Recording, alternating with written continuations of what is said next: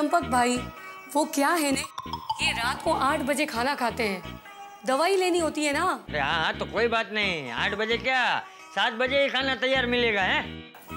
भले, हम आ जाएंगे। वो लालजी घड़ी का गुलाम है, ठीक 8 बजे खाना तैयार हो जाना चाहिए। हाँ बापूजी, हो जाएगा। देखो तो कैसी है, मस्त है ना। अरे 1900 रुपए की है। मतलब अपने बजट में भी है। मस्त, अद्भुत है। हाँ तो फाइनल करें। एब्सोल्युटली। भैया हमें ये पसंद है, आप इसे गिफ्ट पैक कीजिए। अरे बहुत बहुत ही सुंदर है। गणेश जी की मूर्ति मुझे बहुत सुंदर लगी। आए हैं तो घर के लिए 2-4 चीजें ले लेते हैं ना। हाँ। और मेहमान तो वैसे भी शाम को आने वाले हैं ना। हाँ तो एक काम करते हैं, आधा घंटा शॉपिंग करते हैं, फिर फटाफट घर चले जाते हैं। ओ मैडम रुकिए जरा। क्या हुआ? कहाँ जा रही है आप? नहीं जा नहीं रही हूँ, वो। हाँ मैं सब समझता हूँ। क्या मतलब? पहले आपका आदमी गिफ्ट लेकर गया, बाद में आपकी 4 सहेलियाँ भी गई, और अभी आप भी जा रही है बिना बिल चुकाए। क्या भाई साहब, आपकी 2-4 हजार की चीज हम लोग ऐसे ही लेके जाएंगे क्या? ओ मैडम 2-4 हजार नहीं, आपका बिल पूरा 1,90,000 का बाकी है। कितनी? 1,90,000? भाई साहब सुबह से जितने कस्टमर आए उनका सबका बिल हमें देना है क्या? जी नहीं, जो मूर्ति आपने गिफ्ट दी है ना उसकी कीमत 1,90,000 है।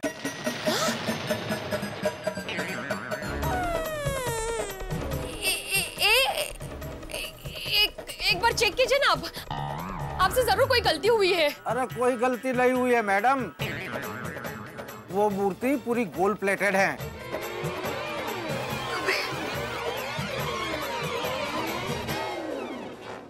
पर वो तो 1900 रुपए की ही थी। मैडम बोली मत बनो, मैं सब समझता हूँ। हाँ सिक्योरिटी को गेट पे फोन करो, अभी जो 4 औरतें गई ना उनको वहीं गेट पे रोको, जाओ प्लीज।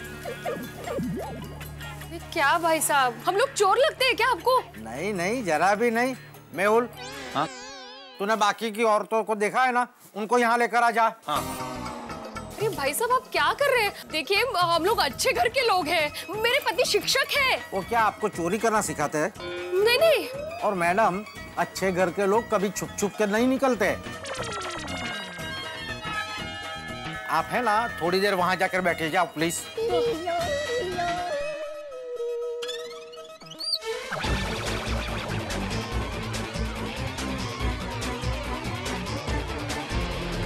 मैडम मैडम, ओ मैडम चलिए दुकान में चलिए। क्या हुआ भाई साहब? ओ मैडम कुछ बोलिए मत वरना पुलिस आ जाएगी। चलिए। पुलिस? भाई साहब हमने दुकान में आने से मना कब किया, तो आप पुलिस की बात कर रहे हैं? मैडम एक तो बिना पैसे दिए दुकान से जा रही थी और अभी यहाँ बातें कर रहे हो, चुपचाप चलिए। अरे भाई वहाँ पर हमारे भीड़े बहन है ना, हम ऐसे थोड़ी ना भाग रहे थे। वो जो बोलना है अंदर आके बोलिए। चलिए फटाफट आइए आइए आइए। कमाल का इंसान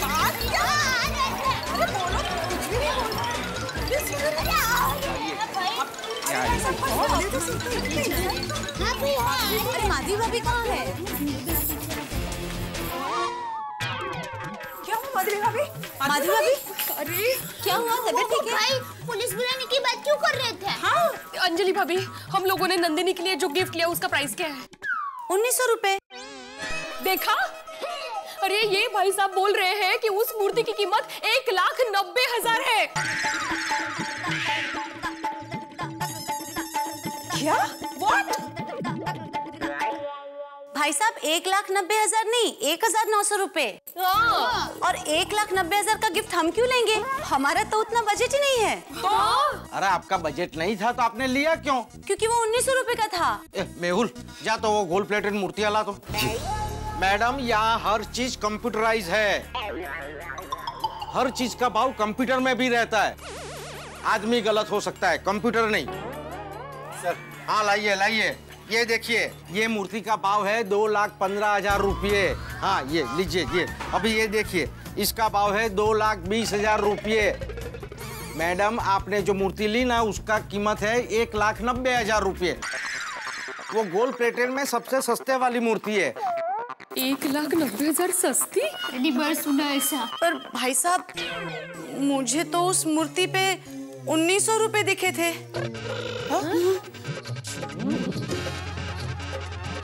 शायद, मुझे याद नहीं है। सॉरी। इट्स ओके अंजलि भाभी। देखिए भाई साहब, हमने तो चलो जल्दबाजी में प्राइस नहीं देखा, पर आपको देने से पहले तो प्राइस बताना चाहिए था ना। अरे मैंने इनको पूछा था कि ये फाइनल है कि नहीं, तो इन्होंने हाँ भी बोला था। हाँ, अरे नहीं नहीं, ये तो चीटिंग है। आपने जानबूझकर ही प्राइस नहीं बताया। आपको पता था एक बार हम लोग गिफ्ट लेंगे तो हमें तो पैसे देने ही हैं। हाँ, बरोबर है। अभी आप सब लोग पकड़े गए तो नाटक कर रहे हो। नहीं नहीं नहीं भाई, हम नाटक नहीं कर रहे हैं। हमें सच्ची पता नहीं था कि ये मूर्ति इतनी महंगी है। हाँ। अगर ऐसी बात है तो आप मूर्ति वापस मंगवा लो। हाँ? एक मिनट, आप हमें जरा 2 मिनट सोचने का वक्त देंगे? हाँ सोच लो, सोचकर मुझे अपना फैसला बता देना। और तू यहाँ पे रहना। हाँ। माझं काही खरं नहीं आता। इनको पता चलेगा ना तो ये बहुत डांटेंगे मुझे। पहले ही बजट में भाषण दे चुके हैं, कठिन है। दया भाभी, आपने ये मूर्ति पसंद ही क्यों की? सॉरी, लेकिन मैंने तो सिर्फ पसंद की, भाव तो अंजलि भाभी ने देखा था ना। हैं? पर मुझे उस वक्त उस पे 1900 दिखा था। You know what? एक्चुअली हमें उन्हीं से प्राइस पूछ लेना चाहिए था। अभी ये सब बात करने का क्या फायदा? अभी ये सोचो कि 1,90,000 लाएंगे कहाँ से? मुझे ऐसा लगता है प्रैक्टिकली हमें नंदिनी को फोन करके सब बता देना चाहिए। मतलब नंदिनी से गिफ्ट वापस ले लेंगे? हाँ, इलाज ही नहीं है दया भाभी। मैं मानती हूँ कि नंदिनी को बुरा लगेगा, लेकिन उसको जो पता चल जाएगा ना हमारी परिस्थिति क्या है, तो वो समझ जाएगी। हाँ। अंजलि भाभी आप फोन करो। मैं? हाँ। मैं तो अभी कुछ बात ही नहीं कर पाऊंगी। और मैंने तो उसे दोस्ती की कसम दी है, तो मैं तो फोन नहीं करूंगी बाबा। सॉरी।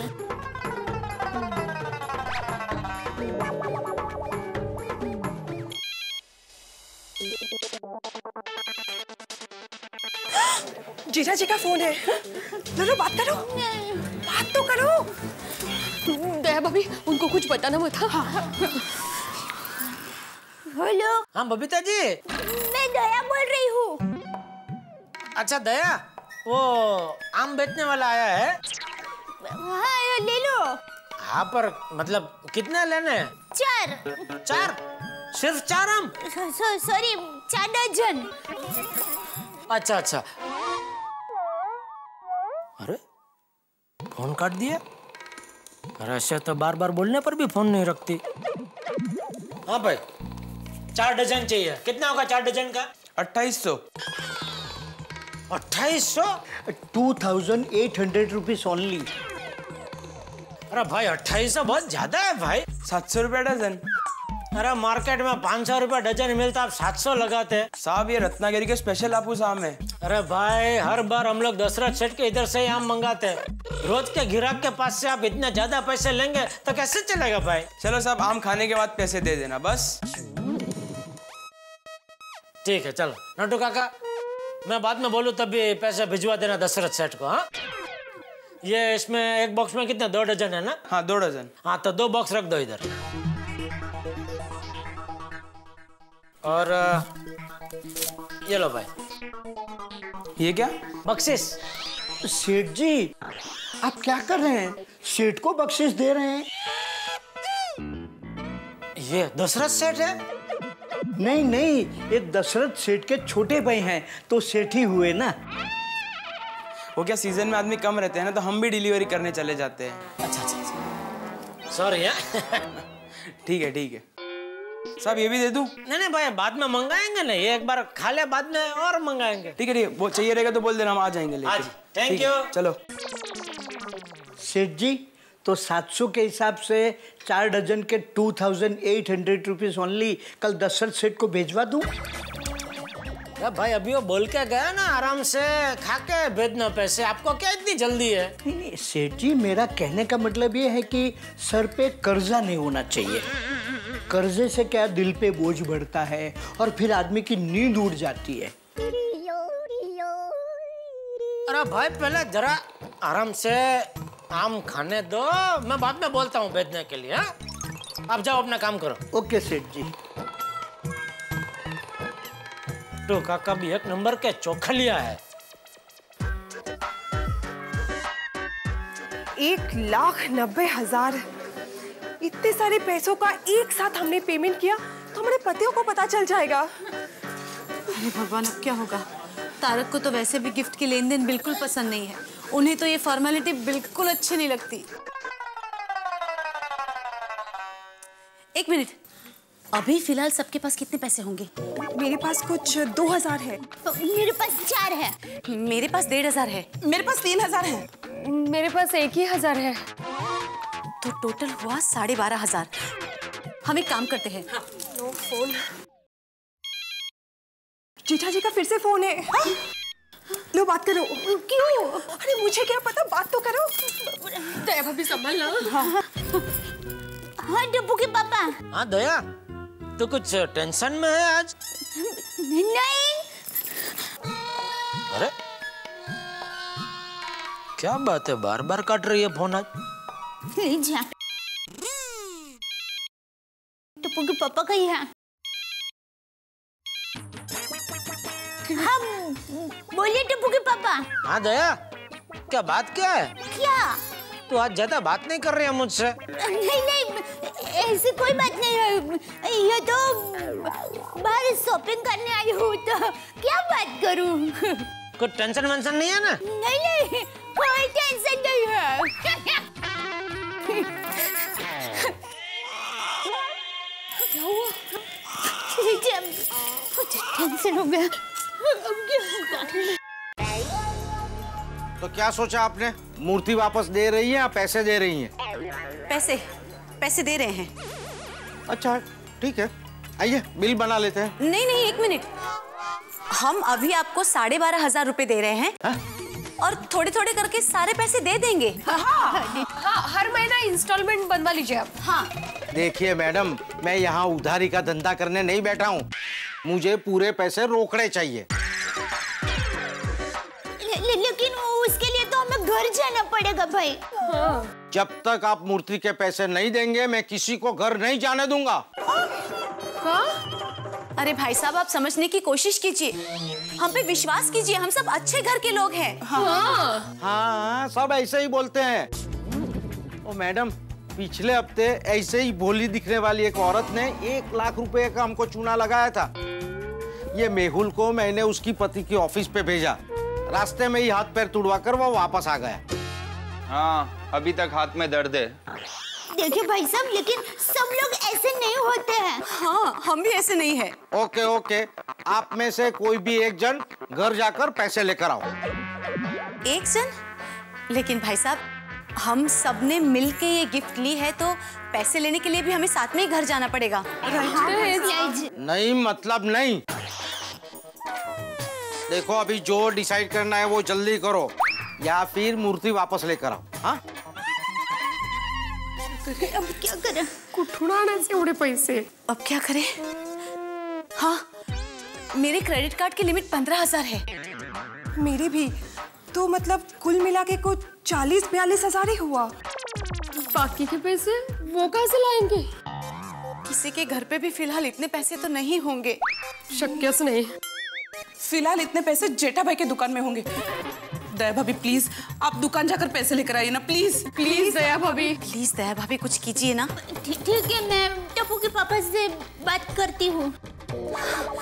हाँ। सेठ जी, सेठानी जी आई हैं। कौन, दया? और कौन सेठानी जी हैं? नहीं मतलब दया यहाँ क्यों आई? क्यों, वो यहाँ नहीं आ सकती हैं? अरे वो सेठानी जी है, जहाँ चाहे वहाँ जा सकती हैं। हाँ मतलब कहाँ है? दुकान में बैठी हैं, आपको बुला रही हैं। बहुत टेंशन में लग रही हैं। अच्छा, तो एक काम कीजिए, उसे यहीं भेज दो। जी। टप्पू के पापा। सेठ जी, मैं दुकान में हूँ। क्या हुआ है? गड़बड़ हो गई है। क्या? वो हम सभी सहेली आए।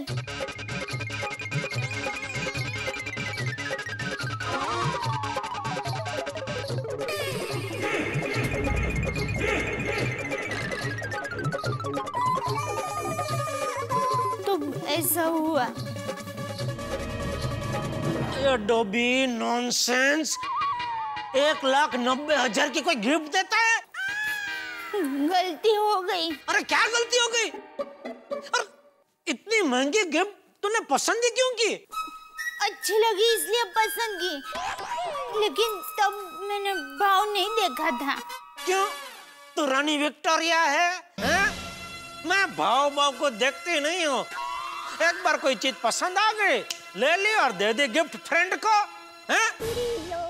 कोई भी ग्राहक दुकान में जाता है तो सबसे पहले भाव देखता है, फिर वो नक्की करता है कि उसको खरीदना है कि नहीं खरीदना है। अगर भाव ज्यादा लगे तो पसंद आई हुई चीज भी वो ना पसंद कर देता है। और तुम लोगों ने बिना भाव देखे वो गिफ्ट को ऐसे पड़ी के मैं बंधुआ करके भेज भी दी फ्रेंड को।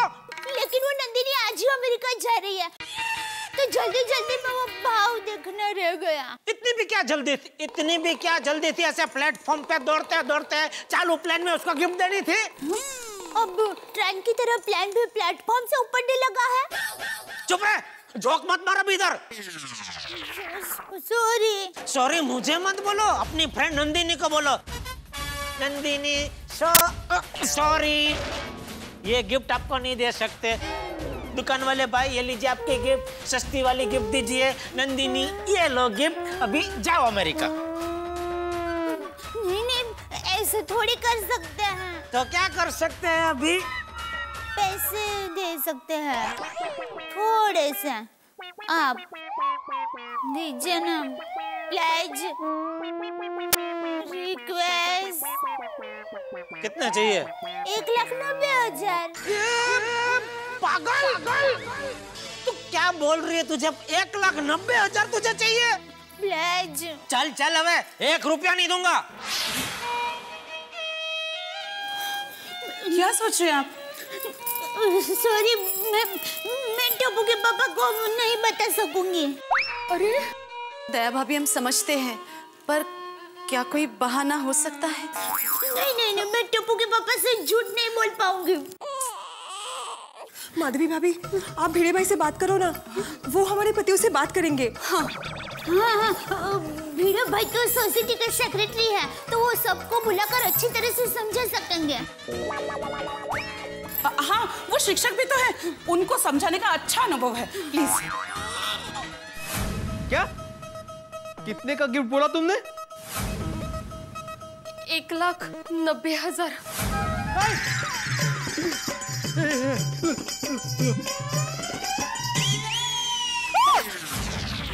क्या हुआ? नहीं, मैं इनको नहीं कह सकती।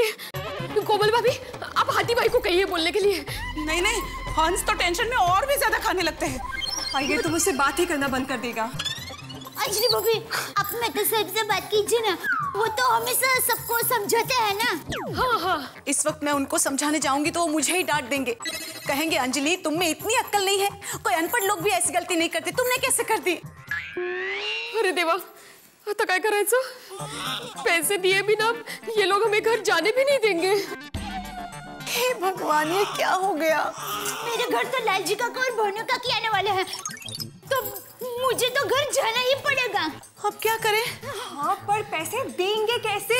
मुझे लगता है हम सबको साथ में जाकर हमारे पतियों को सब बता देना चाहिए, तो ही हम उनके गुस्से से बच सकते हैं। पर हाँ वेड़ा, हम लोगों को एक साथ जाने नहीं देगा। हम एक बार साथ में जाकर उनको रिक्वेस्ट करते हैं। कोशिश करते हैं। हाँ, चलो। समझा? ख्याल रखो बराबर, समझा? भाई साहब, हम लोग में से कोई एक जाके घर से पैसे नहीं ला सकता, हम एक साथ ही जाना पड़ेगा। नहीं, मैं पैसे लिए बिना आप सबको जाने नहीं दूंगा।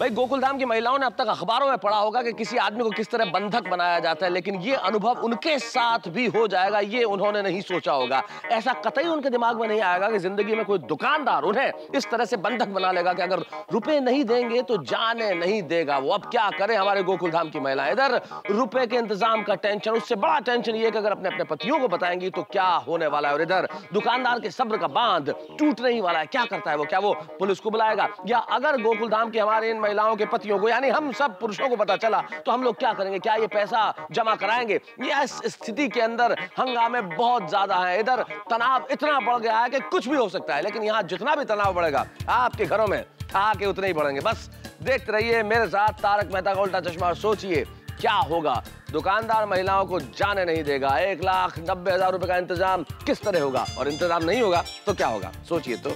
हेलो दोस्तों, आपको तारक मेहता का उल्टा चश्मा के अपडेट सबसे पहले चाहिए ना? चलिए YouTube सब्सक्राइब बटन पे क्लिक करें।